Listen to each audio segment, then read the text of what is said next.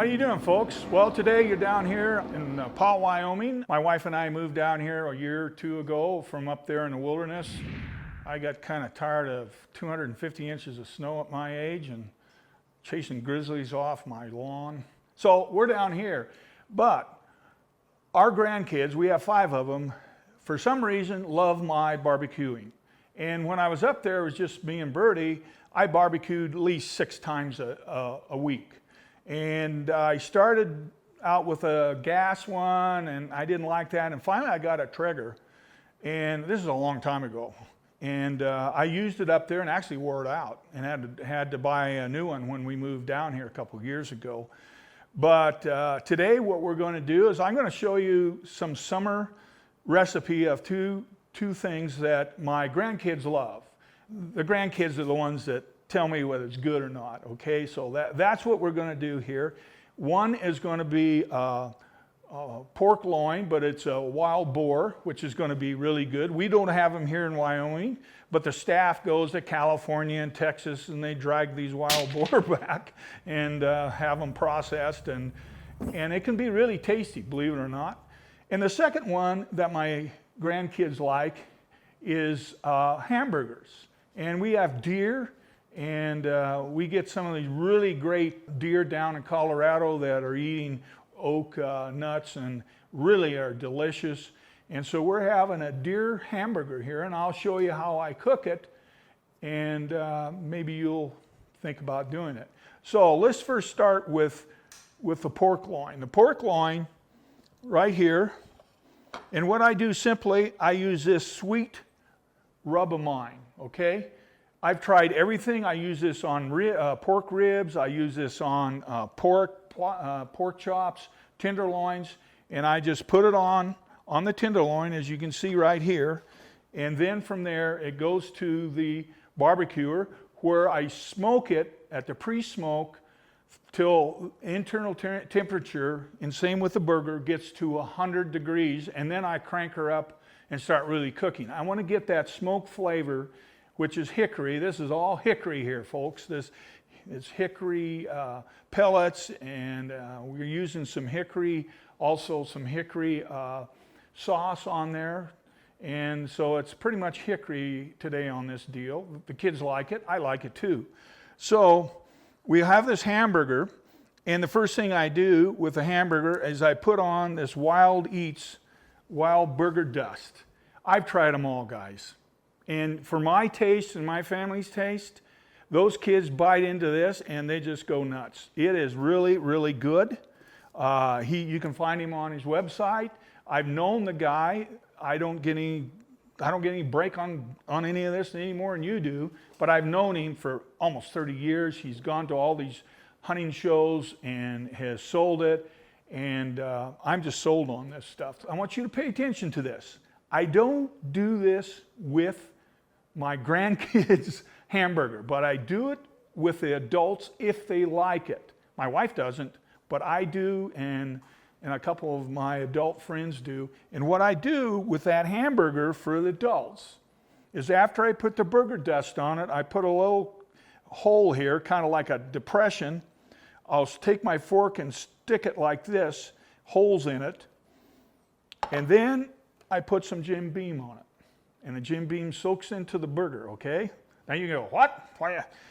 It'll cook out, okay? The alcohol will cook out when it's done, but the flavor will be kind of there. So that's what I do. And also on this burger, we're going to go out there and cook bacon. And that bacon's going to go on that burger when it's done. Now, I just don't use any bacon. Now you can use a little thin slice, a little bitty. I use what's called steak bacon. Burgers Smoked House, I buy it from them. They ship it in, in frozen packed things, and I love this. Look how thick this is. Now that's a piece of bacon for a guy from Wyoming, okay? We'll eat that anytime in hunting camp. You got it? So that is going to be cooked, and it'll go on there too. This is my Traeger. Like I've said before, I'll take and smoke them until both of them internally is 100 degrees. So I get plenty of smoke. Then when they hit 100, I flip them over, and then I start at 375 degrees, So we'll flip the tenderloin over, and we'll flip the burger.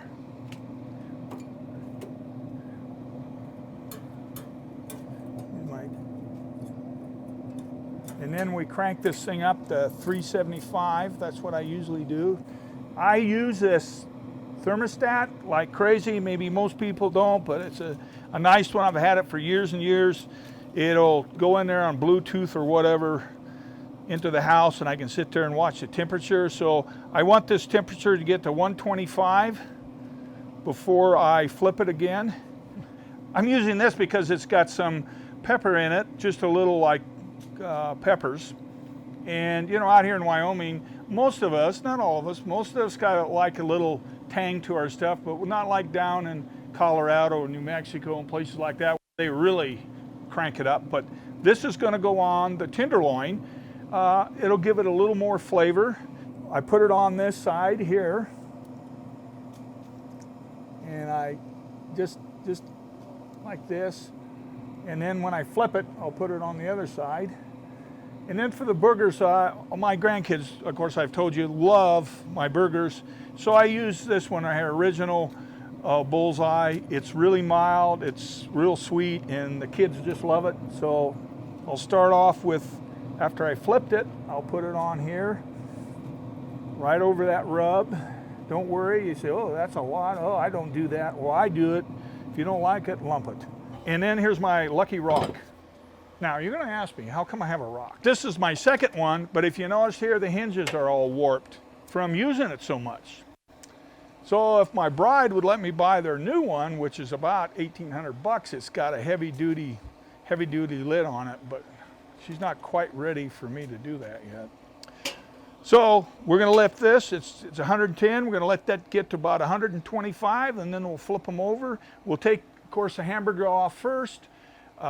Because that tenderloin, I want it to cook between 155 and 160 because it's wild game. And that hamburger, I want to go at about 150, 151. Now, I know a lot of people will, I don't like it when it's overdone or whatever. I grew up in a country where we got our elk every year, 2 elk, to feed the whole family. And we always cooked things to medium well wild game, and I've just kept doing that, and I don't get any blowback from my grandkids, so what the heck, I'm not going to change. Also for the hamburgers, I slice these mushrooms, and it's going to have mushrooms on it. And what I do is I put a little olive oil. This is the brand that I found after extensive research that is the best, and it's, guess what, it's American made. It's not made in some Italy town. So I pour some on there. Now the mushrooms are pretty watery, so you don't have to put a lot on there. And then the kids like this too. I put a little garlic pepper. I'll just sprinkle a little bit on there. That might be a little too much, but not much. You cook it off actually. And then this is a secret recipe for these. This is from Traeger. It's their summer shady inspired rub. And I just like this on vegetables and on things like mushrooms and asparagus. I'll put a little of that on. It really is nice. So I won't put these on until I flip the burgers for the second time, and then I'll put these on. Okay, we're going to barbecue a cob of corn with we'll go with our hamburger. And my wife really likes this. This is no salt and pepper. You just sprinkle this on it. So that's going to be for the hamburger. And for the tenderloin, we're going to go into using this asparagus. And we'll pour some olive oil on it. I get Mrs. Dash, it's original blend. I kind of like this on my asparagus. It's kind of light. The kids like it. It isn't really overbearing. And I just put them on like this. Generously, it'll kind of come off. Now I got to flip those burgers, so let's go out there and do that, okay?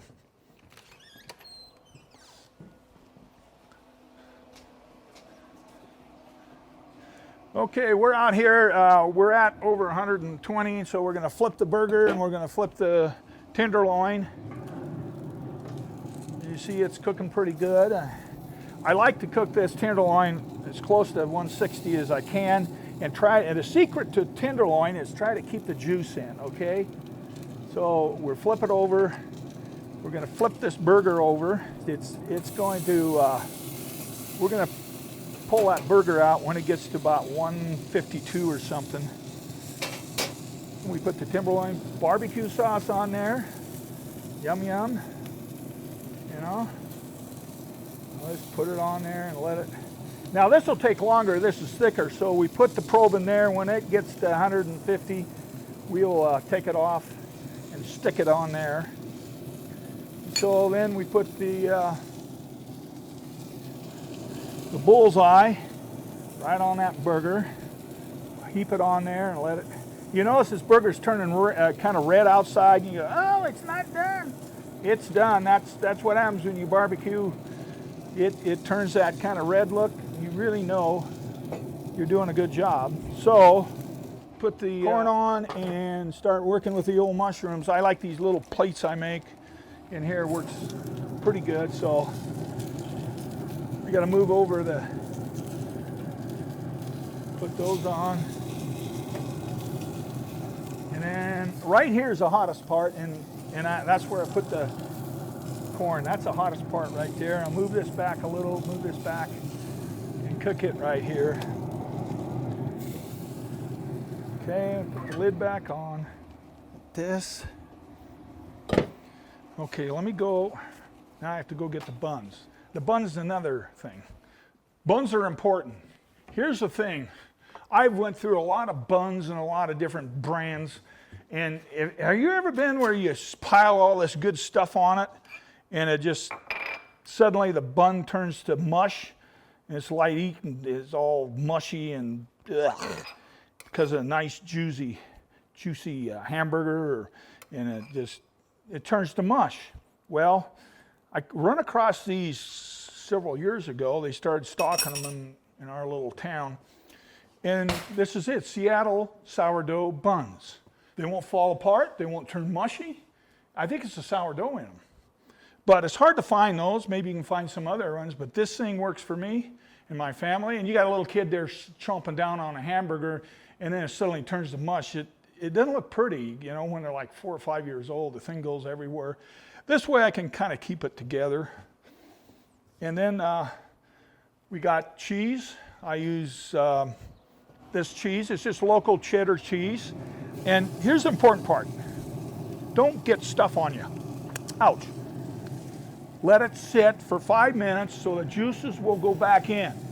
If you just throw it on the plate, start chomping down, you won't get that juicy flavor that we all like. My poor wife had so many burnt burgers for the first year and a half until I figured this out.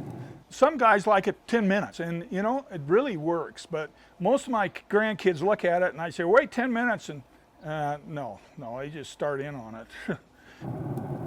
So it can stay right there like that. And we'll just cook that. Flip it a couple times.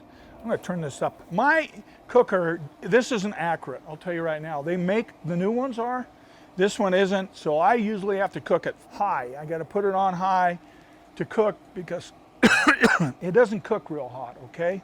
Every one of these are different, so you just have to experiment with yours. Pork's gone a little longer. It's right now at 158, and it'll hit 160 after I take it off, because that's just what meat does.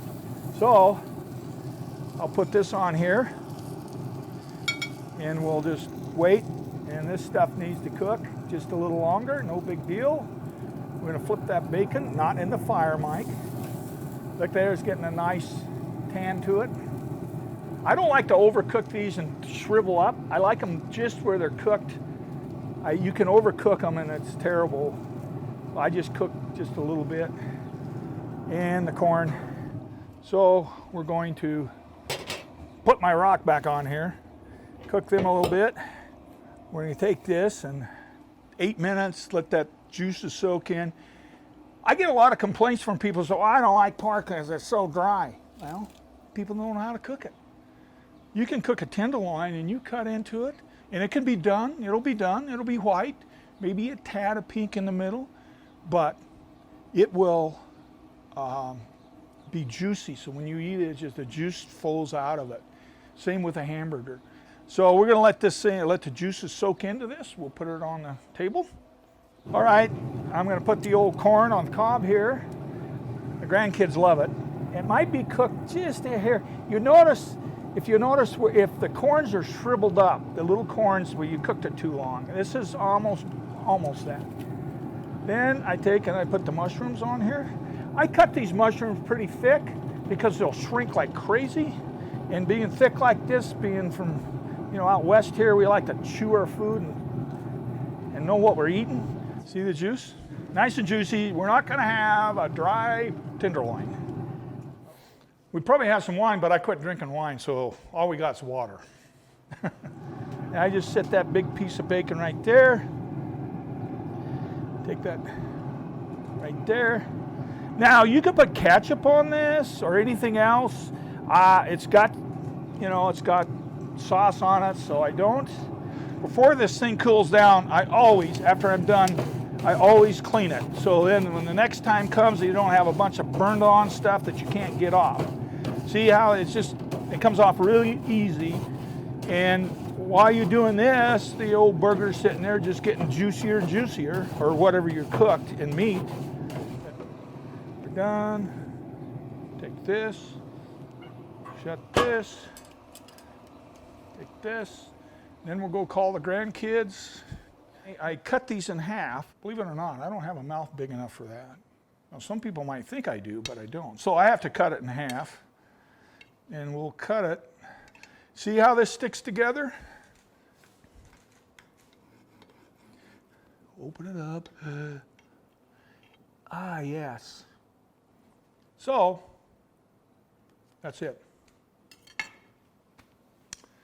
Boy, that was good. Hey, it's my cooking. I'm going to eat it. I hope you enjoyed this, folks. This is just something that I wouldn't say the Eastman family, but the head of the house here, we do this, and the grandkids like this. I have many other recipes. I got a killer recipe for like beef or elk ribs that is just unbelievable. I marinate them for 2 days.